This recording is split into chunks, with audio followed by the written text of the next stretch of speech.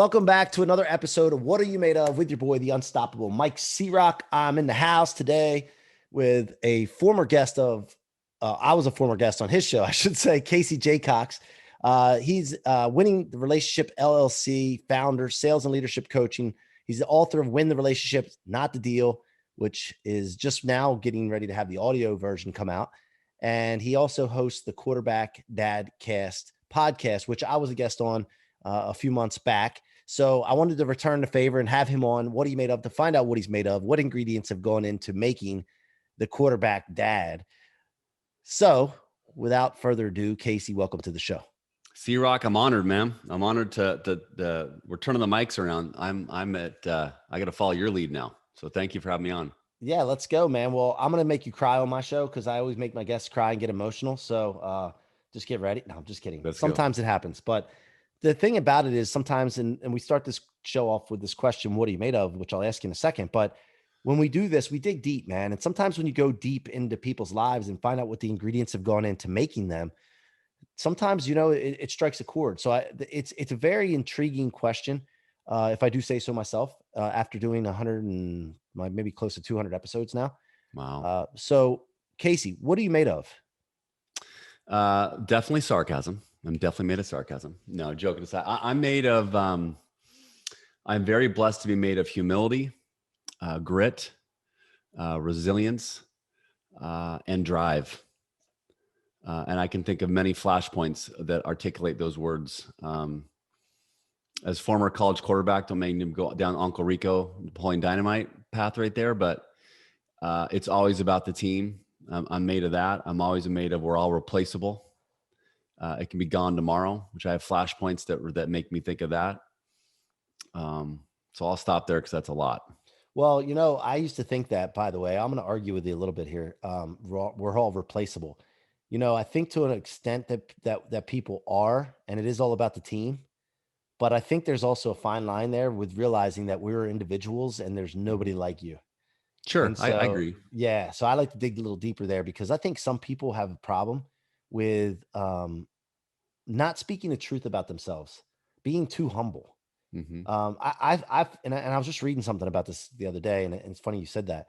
But like, if you compliment someone, a lot of times they're like, "Oh no," or "Oh, that little thing," or whatever, whatever it is. And sometimes it's okay to say, "You know what? Yeah, damn right, I'm good at that." Like, tell them the truth. And we lie to ourselves sometimes. I don't even know how I got off on that, but I was just reading something about that, and I thought it was so powerful. There's nothing wrong with saying, "Hey, man, I'm an individual. There's nobody like me, and I'm pretty damn good." I think we're saying the same thing. Like when you say that, you made me think of a quote someone shared with me. He said, the number one reason to be yourself is because everybody else is already taken. I get that. I'm definitely proud of what I do. I'm proud of what I've accomplished, proud of what I've done in life. I think when I say the word replaceable, I think about where I came from corporate. I was the number one rep 10 years straight nationally, firm's all-time leading salesperson. They're still in business. That's what I mean by replaceable. Yeah. Like, no, I'm with you. Yeah. So what did you sell? What was that you were selling? I sold staffing consulting services. Kind of moved in from it was more of a really transactional model my first couple of years of my career, and then quickly found out that the questions you ask can quickly differentiate the service offering and the experience you provide for your client. And so I moved in more like project-based work and did that for 20 years, and then left in March of 2019 to go down this entrepreneurial journey. Gotcha. Now we'll get into what made you the best in a minute. But before we do that, I want to get into your story a little bit. So take us back as far back as you want to. But what are the ingredients that have gone into making you experience wise? And like you said, flashpoints. Give us some stories, man. Well, I'll tell you I'm going to tell an embarrassing story, a good one from when I was 11 years old. And then I'll tell one about high school that shaped who I am today. So 11 years old, first time I played all sports growing up. When I was 11 years old, I played first time fast pitch baseball. And the dude that was throwing, I swear, looked like Randy Johnson. He looked like 7 feet tall. He threw like 600 miles an hour, and I didn't know where this thing was going. And I was like, oh, hell no. And I remember getting in there and somehow got a walk, and I got to first base. I'm like, there's not a chance. And you know what? I'm getting in that box again. I was so scared. And I remember, so I go up to my coach. I'm like, Coach, man, my stomach's off. I full on fake the stomach ache. And get in the car ride home, and my mom's like, "Hey, you all right?" I'm like, "What are you talking about? Like your stomach's feeling like?" "Oh, mom, I faked it." And she said, you did what? And I was like, "Uh-oh, that feeling of you're getting about to get called out." And my mom goes, "Well, okay, when we get home, here's what's going to happen. You're calling the coach to tell him what happened." "What do you mean?" He says, "You're going to call the coach and own up what you just told me." Now I'm 45, man. This is 34 years ago. And I still remember it. And I called the coach, and he was like, "Wow, I'm disappointed, Casey. But I appreciate the courage it took to make the phone call. Now we'll make this go away when you tell your teammates on Tuesday night at practice." So moments like that about accountability, about, like owning your, and you got to face the music. The other story I like sharing is my junior year in high school. I was a skinny, looked like a, pumpkin on a toothpick, Beetlejuice. And when it's amazing when people speak truth into you. And so this says leaders, there's leaders listening to this, like so much that you can accomplish when you speak truth into people and help them see what they don't see. And my high school football coach said, "Casey, you got a chance to be our starting quarterback, but here's what you got to do. Like lift all these lifts." And I was like, "You sure you got the right dude?" Like, really? Because there was a guy I was competing with that was bigger, faster, stronger. He ended up playing for the Yankees, like AAA farm. He was like just a stud athlete. I was just more cerebral, better leader. And I end up in this tight quarterback battle. Like that next week, I was up at 5:30 in the morning with a lineman lifting Monday, Wednesday, Friday morning. In the afternoon, I'm lifting. Tuesdays and Thursdays, I'm throwing the football to anybody. I played quarterback, whether I'll throw the band, my sister, mom, dad, I don't care who, someone's running routes for me. Well, we go in this tight battle all year, get to the summer, keep competing, fall camp, keep competing. First game, we don't know who's starting. And I'm stretching. And I remember leaning over, whatever, feel a tap on my shoulder. It's Coach Osborne. He's like, "Casey, you ready to be our starter this week?" And I remember this just sheer joy of like accomplishment. Like I put so much drive. That's what I learned about visionary goal, like making your goals visible, telling people about them, accountability. We ended up having a decent year that year. Nothing too much. Shane, that guy that I ended up beating out, didn't play. Now we go into my senior year, and I have it. I got it. We're excited about the year. Shane's now moving to tight end. I go to this University of Washington football camp, and in this camp, I went with my friend who I'm thinking, "Oh, let's see how I do." Not going there for recruiting, I wanted to see how I'd play with better athletes. Yeah. Well, my colleague, my teammate, he ends up winning running back at the camp. And the very last award they give out is the most outstanding quarterback of the camp. Now, I am like naive, dude. I'm not thinking I knew I played well, but I was not even at all thinking this is going to be me. Yeah. And sure as you know what, most outstanding quarterback camp, Casey Jacox. I was like, what? And so I went from not being on the radar to all of a sudden now UW, I'll go down the field, Husky Stadium, and the guy goes, "All right, here's tickets to all of our home games. You're on our radar now. You need to send us your best game film between September, October, November. We're going to be at one of your games, September, October, November. We're not going to tell you." And I went from like being, "Oh my God," now my confidence is really starting to grow. C-Roc. Mm-hmm. Now we had these things. I don't know if you have them out east, but we have these things called jamborees, like a practice situational game before the regular season starts. Now we had this against three schools. We're rolling. We're playing great. The last play of that jamboree before our season starts, I get put back in for some reason. Lee Wright, Andy Reid, still remember the play.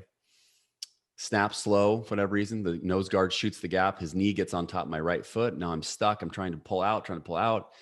Defensive end comes around back, drills him from the back. I felt like the tongue on my shoe exploded. And I try to get up, take a step, collapse. Trainer comes out. She goes, "I think you'll be all right, Casey. Just put some ice on it." Typical, no offense to high school trainers out there, but she had no idea what she was talking about. Go into shock. Next thing I know, I'm like, starting to feel tears, starting to feel more pain. My mom's like, Dad's like, "Something's not right. We better take you to the ER just to double check." Get x-rays. Doctor comes out. "Casey, got bad news. We're going to be in surgery here in an hour. You're done." Broke 4 bones in my right foot. Didn't play at all. Now I'm just world's ending. I'm depressed. The guy that I watch, who I beat out, now he has to play quarterback. The world moves on. This is about the replaceable comment I said a second ago. And he went on to take us to the state playoffs, first time in 20 years. Broke our single season passing yardage record, first time in 20 years, and was named second team all-league quarterback. Wow. I had to watch. Yeah. Now, as a captain, I was not even remotely acting like a captain. I was selfish. I was hoping he was going to play bad. I was thinking the worst thoughts ever. It was about me. I was selfish. And for whatever reason, after about 4 games in, something snapped, and something in my brain said, this is BS, dude. You're not going out this way. And I had somehow got the courage to go into my head coach's office. And I said, Coach, man, I'm embarrassed about my attitude. I'm embarrassed about my emotions. I'm embarrassed about who I am. I'm not a captain. I need help. And he's like, I'm so proud of you. Proud you had the courage to come tell me this stuff. We're going to figure out a role. I'm like, and I was still had to kind of chip my shoulder, just being an immature 17-year-old. And he's like, what am I going to do? He said, you're going to go up in the booth and you're going to help me call plays. You know this offense better than I do. And right when he said that, I felt like a vacuum just sucked all that energy out of me. And I remember crutching down the hill to practice after that day.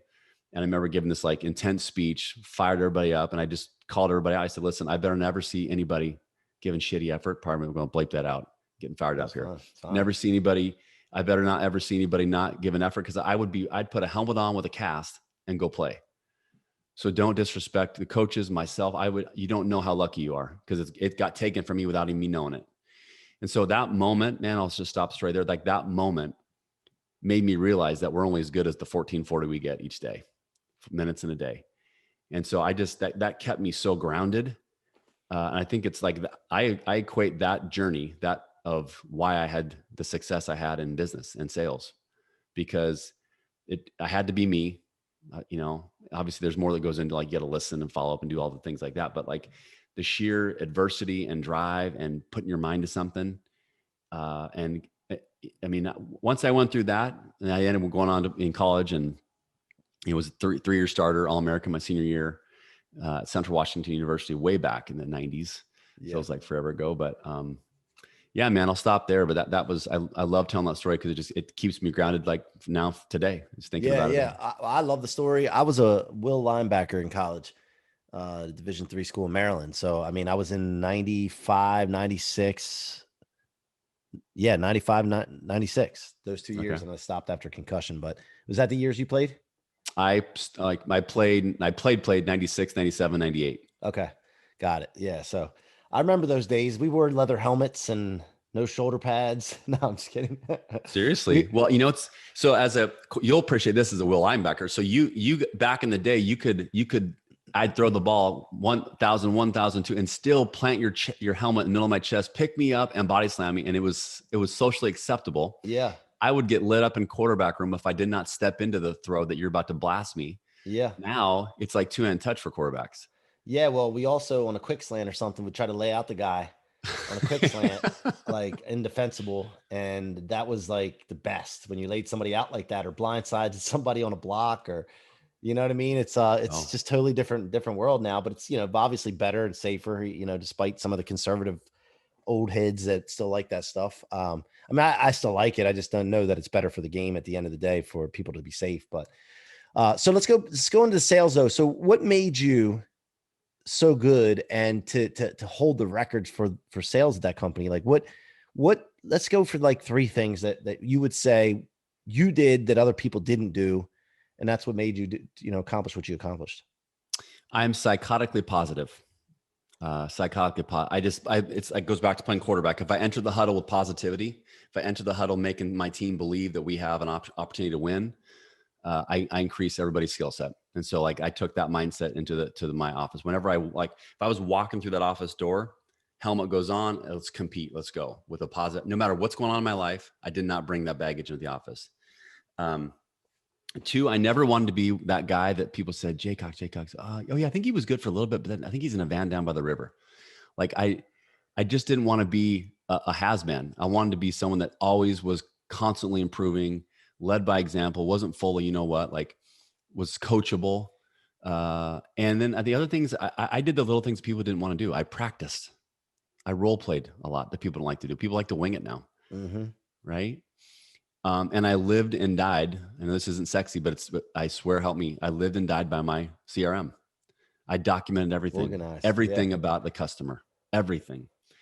And I made it about them, because if in sales, I think I'm never selling anything. I just became a curious storyteller. Yeah. I ask great questions because the customer's going to sell themselves. Once my job is to help them figure out how big a problem they have, not to Yeah. try I to mean, there's nothing better than being able to have the customer sell themselves and talk themselves into the sale. Yeah. Right. Um, Transformative rather than transactional. Right. You mentioned the word transactional earlier. Speak of the importance of relationship. I mean, your book's about winning the relationship, right? Hmm. Win the relationship, not the deal. So when did you start to realize that? Like what stage were you in Yeah. sales, or is it after, or what? No, I was probably 33, 34 years old. I was in Dallas traveling a bunch, and I was down there with our biggest customer, and I was helping grow a new team down there. And these guys were like, I was like the big brother, they were the little brother, and they were trying to, make the big brother proud. And they were so competitive and they wanted to win everything. And they were just putting so much pressure on themselves. And I said, listen, guys, I want you to expect to win every deal, but you're not going to win every deal. But I want you to win people. If we got to win as many people as we can, we got to have enough people saying great things about our company. I said, so think about it. How can we win a customer when we lose a deal? Blank stare. I said, think about it this way. Think about it. We lose a staffing opportunity, and I follow up with the customer 2 weeks later, and I say, hey, Mr. Customer, man, thanks for the opportunity to compete. I'm bummed we didn't get picked, but I want to make sure that you got everything out of the consultant you end up hiring from ABC company, and I want to make sure that we're going to put ourselves in a position to compete in the future. But just something of service to them. The number of times I did that, and the person would say, man, Casey, I haven't even heard from the company that we chose. Thanks for following up. Yep. Or they'd say, hey, thanks for following up. The guy actually sucks. Is your guy still available? I'm like, yeah, he is. I'd pick up an easy deal that way. So I said, it's more important if we win people, deals are going to come. If we're just focusing on a short-term transaction, we're going to be like every other transactional seller out there. So to me, I'm not, and people get confused. It's like, you don't want to win deals. No, I want to win a lot of deals, but I want to win people. And sometimes that might mean convincing the client that we're not the right fit and saying no, which isn't usually unheard of. And see, someone would be like, I can't believe you're honest about. I'm like, when did honesty become a I can't differentiator? believe you're not ethical. That's what Right. I would say back. No, but if you could think about, I always have this image in my head of, like the funnel, like talk about funnels, right? But even before the funnel idea came out with click funnels and all that, just, I had this idea that I was filling something up and I just got to try to fill it up so that it can never be empty. And so whether it's prospects or whatever, I just kept thinking that and then never giving up on a deal.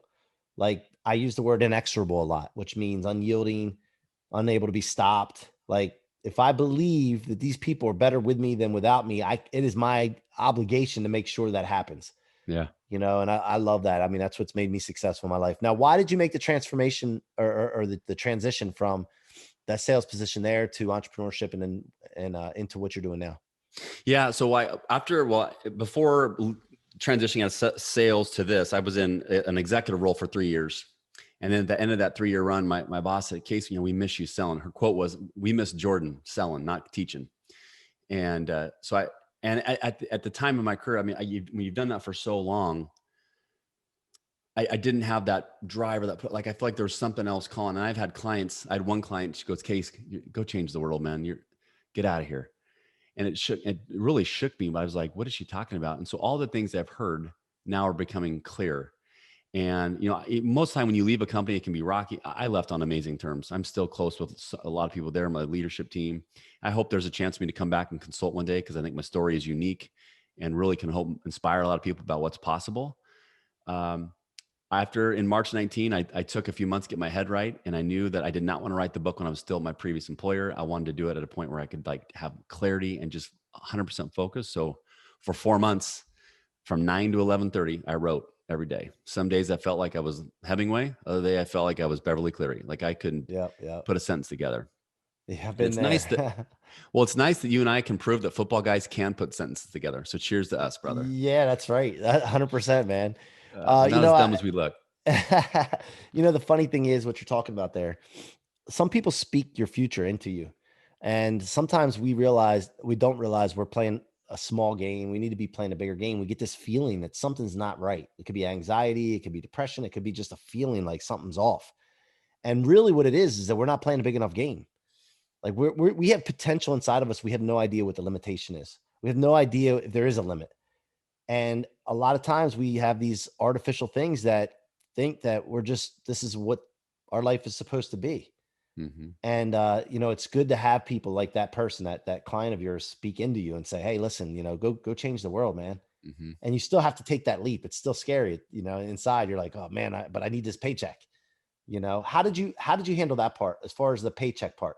Yep. Some people get stuck in their job, like especially in the mortgage business, which I run a division for Nations Lending. And that job sometimes, it's good money. And if you want to go out and do your own thing, sometimes it's like, how am I going to make this work? I'm Yep. not saving enough money right now. How did you make that transition?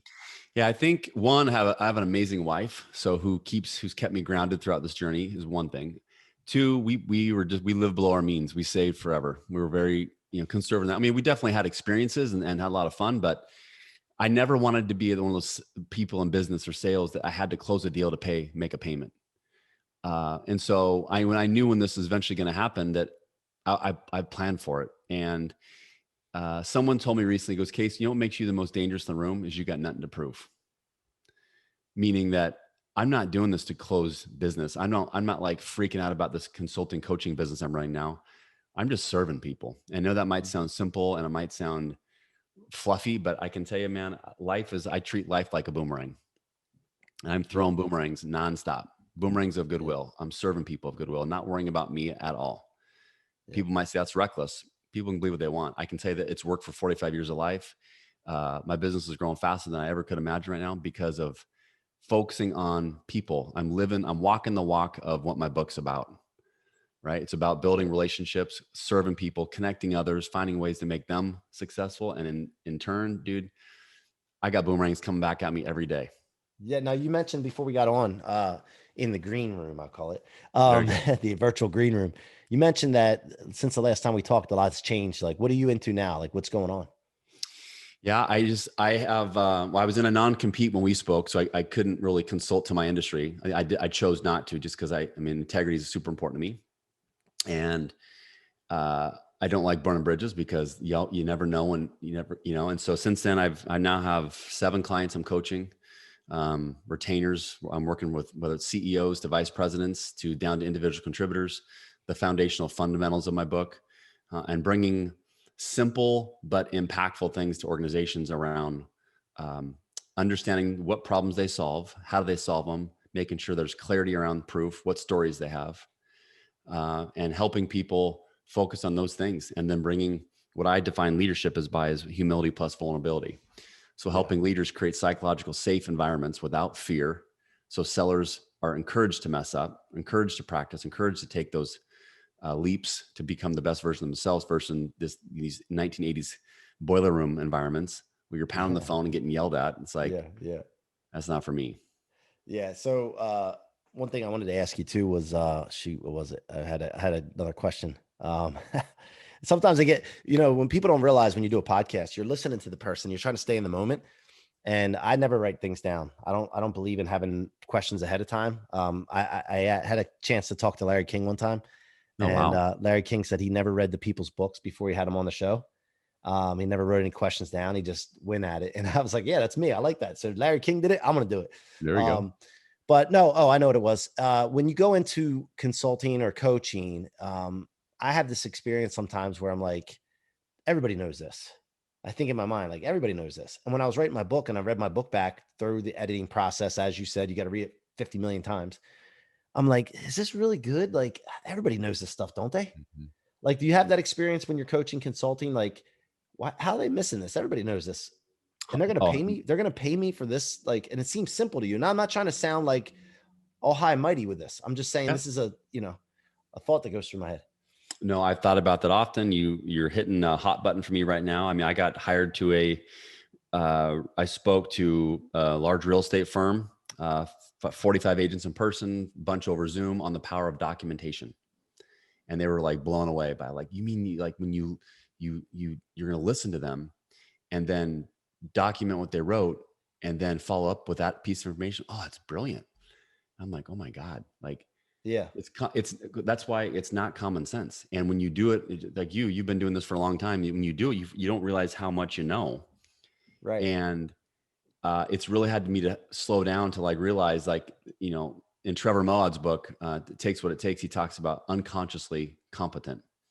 And there's one of my mentors in my life. He called me the most unconsciously competent person he's ever met. And I said, that doesn't sound good. He's like, no, it's really good. I'm just going to teach you to become consciously competent, teaching what's in your head so you have clarity on when and why to bring it up. So I don't like telling people what to do. I don't like telling them they need to do this. I like asking questions and really help them build their own critical thinking skills.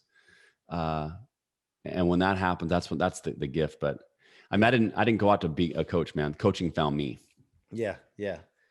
I love that though, man. I'm not the only one. So anyway, final question before I do that, how can people get your book? It's on Amazon. It's on Kindle. It's in paperback within probably the next, I'm not sure when this episode will go out, but we are in June right now. It's when this episode, probably within 3-4 weeks, it's going to be on Audible. Just search for Win the Relationship, Not the Deal, or my name. You can visit my website at caseyjacox.com, or I'm also on LinkedIn if people want to connect with me that way. Awesome. Well, let's ask the final question. The rocket fuel law that I created, and I've added to recently, by the way, since I wrote the book, but the rocket fuel law is to take everything that stands in your way, setbacks, discouragements, screw ups of our own, anything that would stop a normal human being or slow them down, store it in your tank instead of your trunk where most people keep it, which weighs you down, and turn it in and convert it into rocket fuel for your future to become unstoppable. Now, I've added something to this. Now, there's a point in life where you cross a line where you stop using the toxic fuel. Your engine is upgraded and you have to put premium in it. And the premium is the things that you see now that you can accomplish. The confidence that you have allows you to see things in the future that you can accomplish and go for it. That pulls you forward, thrusting you forward. Thrust is a must is one of my sayings. So you switch from the toxic fuel to the clean rocket fuel. But what does that law mean to you? What has that meant to you in your life? I mean, you've told your story, but can you give me 2 or 3 sentences on what does rocket fuel law mean to you? So when you said that, you made me think of 2 sayings that I've thought about recently. One would be, do we want to be uncomfortable in the game or comfortable on the sidelines? Uncomfortable in the game or comfortable in silence. And I want to be uncomfortable because that means growth. That means rocket fuel for me. The other thing that came to mind when you were saying that is I have 5 swear words that I don't allow people in my life to say. And these are worse than any big F-bomb, brother. Those 5 words are need to, should to, have to, want to, can't. Those words drive me freaking nuts. Now, what gives me rocket fuel, what gives me thrust as a must is I will. That simple statement, right? I will. Someone's going to do it. Why not me? You talked about it earlier. Love it. Someone was going to be the first African-American president. Why not Barack Obama? Someone's going to be the first female president. My daughter, Riley. Why not you? Yeah. The story you told him. The story you told me on my podcast at the pier, the walk with your daughter. I still remember that story. Yep. Why not you? Keep going. Yep. To me, it's this, our minds are so untapped. I tell my kids, it's the biggest muscle we don't exercise enough, even though it's not a muscle. There's so much untapped resource. So for me, man, that's rocket fuel. It's just this constant yearning and growth to explore what's possible up here and what else can I accomplish and what else can I achieve? Because I mean, I think you and I are great case studies. We're Division II, Division III football guys that were proven that you put that alone gives us grit that Division I guys don't have. No offense to the D1 guys out there. Yeah, they didn't pay us to play. No, we're not on the Sega football game. Yeah. Hey, so the funny thing about that I will thing, I just we have assignments from our coach and Rich Dolan. Shout out to Rich Dolan. I'm speaking on a stage this weekend in Miami, but he's an awesome dude. And he had an assignment this week with what you're passionate about, what is your mission, how are you going to profit from it, yada, yada, yada. I was answering it. And at the end of it, I go, yeah, and I'll be on TV or movies at some point as well. And I put, I will. not I want to, I'm going to, I might do this. And it's so funny you said that. I intentionally put, I will. So I love that, man. Thanks for coming on the show, Casey. Thank you for having me on your show. And if there's anything you ever need from me, man, just reach out to your boy C-Roc. I'm here for you. And any final words? I just think I'm honored to be on your show, man. Keep doing what you're doing. I love your passion. I love your intensity, and I love that you're being you. So don't change that, man. Keep doing what you're doing. Thank you, brother. Thank you. Guys, you've been listening to the What Are You Made Of podcast with your boy, the unstoppable Mike C-Roc and Casey Jacox, the quarterback dad. Go get that Rocket Fuel book. If you haven't gotten it yet, you can read it if you want to on Kindle. I like the hard copy books. I'm a person that likes to have a book laying around and pick it up and read it, whatever floats your boat. And if you want to listen to the darn thing, you can have that at some point too. But get the book now, MikeCroc.com/book, MikeCroc.com/book. And until next time, be unstoppable.